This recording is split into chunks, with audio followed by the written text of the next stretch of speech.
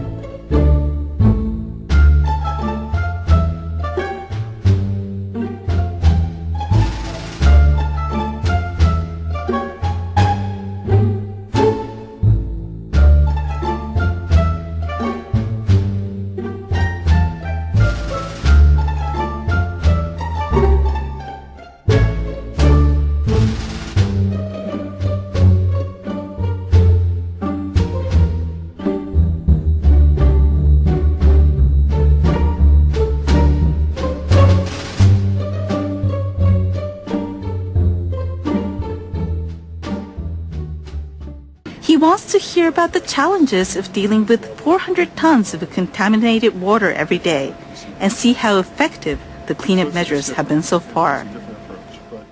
The issue of the water that's being released from the site is one that's troubled a lot of people. I've traveled to other countries in the region, and even they are concerned about it. No shit.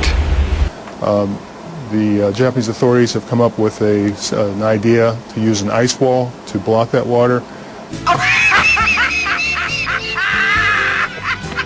What's so funny now? I sometimes just think funny things. That's something that's a new idea. There are some questions that we have about it. We don't understand the entire idea, so we're going to get a briefing on that and hopefully learn a lot more about it.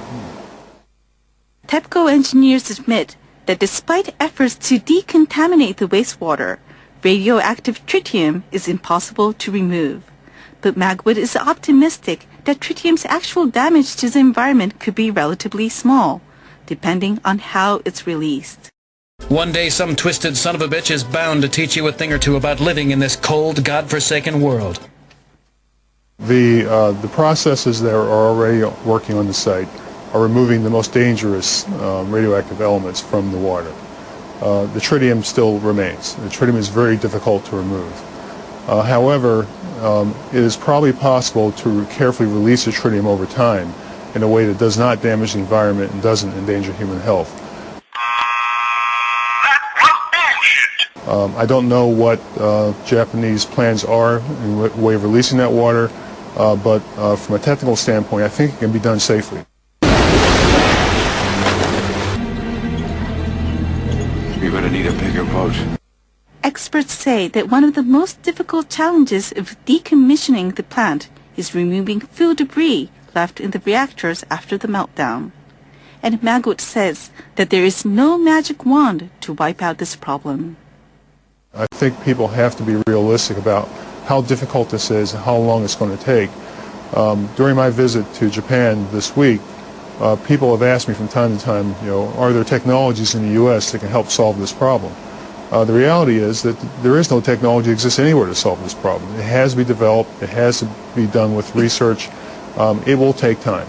But clearly there's fantastic experts in Japan and around the world that can work together to find a good solution. That's the heritage we leave to our descendants.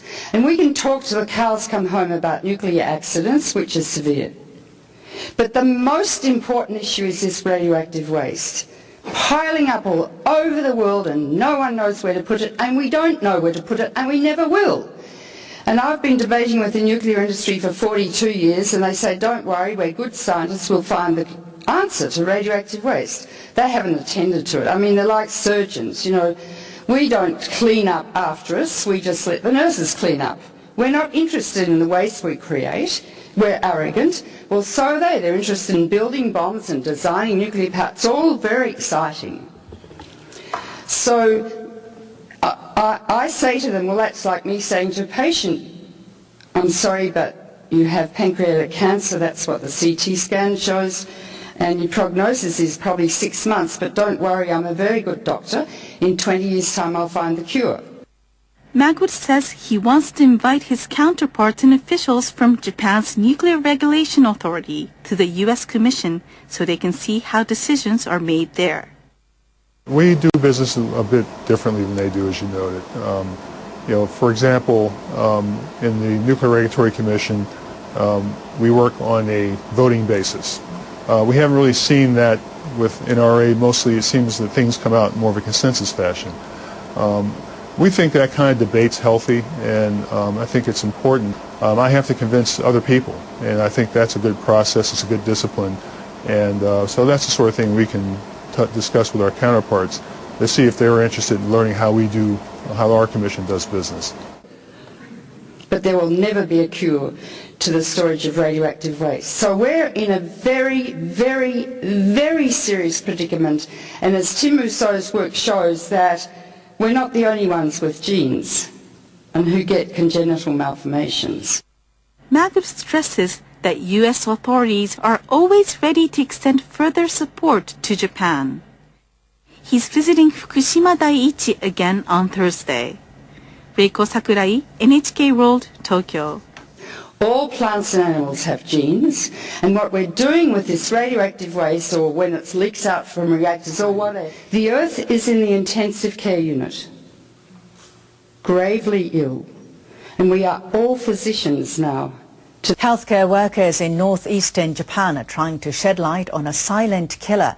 More than 3,000 people have died in the years since the 2011 earthquake and tsunami and the start of the nuclear crisis. Government officials define these cases as disaster-related deaths. Some people died because of worsening of illnesses. Experts say the loss of family and home aggravated conditions. In some cases, people committed suicide. Different levels of government have been working to reverse the trend, as have some organizations, which are calling for a community-based approach. NHK World's Ryo Asami has more in this edition of Nuclear Watch. The staff and volunteers at the non-profit group Nagomi have been trying to stop a growing problem in Fukushima.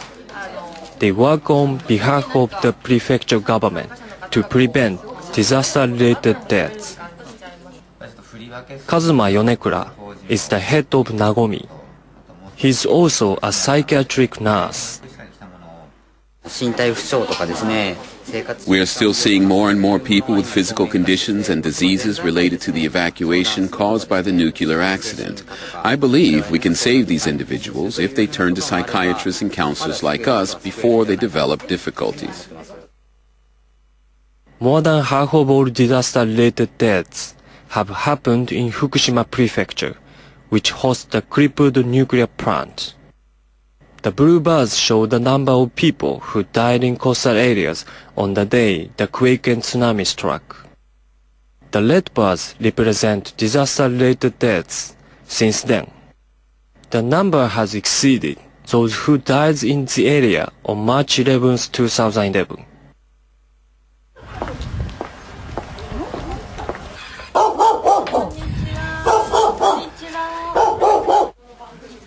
Yonekura regularly sends his staff to evacuees to check on their health.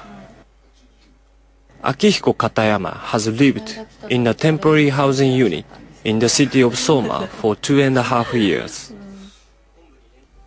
Katayama's wife died in 2013 because she couldn't get proper medical care. He started to drink to forget his pain of losing his wife and home. Spending 2 days without alcohol drives me nuts. All I can think about is drinking. I know I can easily go back to drinking again because I'm a weak person. Staff advise Katayama to stop drinking. They fear alcohol is endangering Katayama's health. 38の71です。飲まれる時は大丈夫なんだ。分かってますね。Meanwhile, San Onofre reactor offline for leak as it's investigated. That is near San Diego, an extremely small, NBC LA emphasizes, amount of radiation could have escaped from the San Onofre nuclear generating station near San Diego after a water leak prompted operators to shut down the reactor, according to officials. An extremely small amount of radiation. Where have we heard these lies before?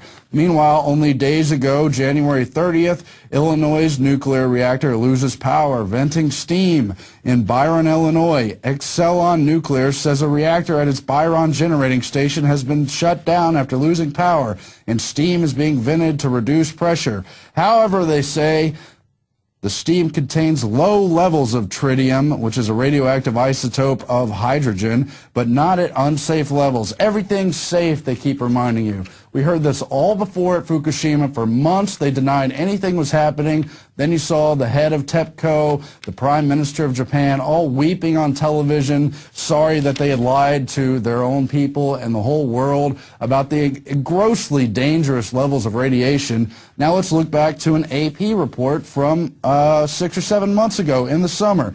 June 21st, 2011, in Illinois, right next to the Byron, Illinois nuclear reactor, where they discuss how tritium is being leaked. Tritium, which is a radioactive form of hydrogen, has leaked from at least 48 of 65 sites, according to the U.S. Nuclear Regulatory Commission and their records. Leaks from at least 37 of those facilities contain concentrations exceeding the federal drinking water standard, sometimes at hundreds of times the limit. And then look at the caption over here in the story. You can see it on screen as well as behind me here, that, let's see, more than 6 million gallons of tritium-laden water and repeated leaks dating back to the 1990s exist, but were not publicly reported until 2005. But don't worry, the AP and NBC LA have told you the levels are safe. There's nothing to worry about, just like at Fukushima. So, and we have a worldwide headline on that too, including the leaks in France and other parts of the country here in the U.S. and other parts across the world. It's just going on everywhere. Does it have something to do with Dr. Busby connecting the radiation levels with infertility?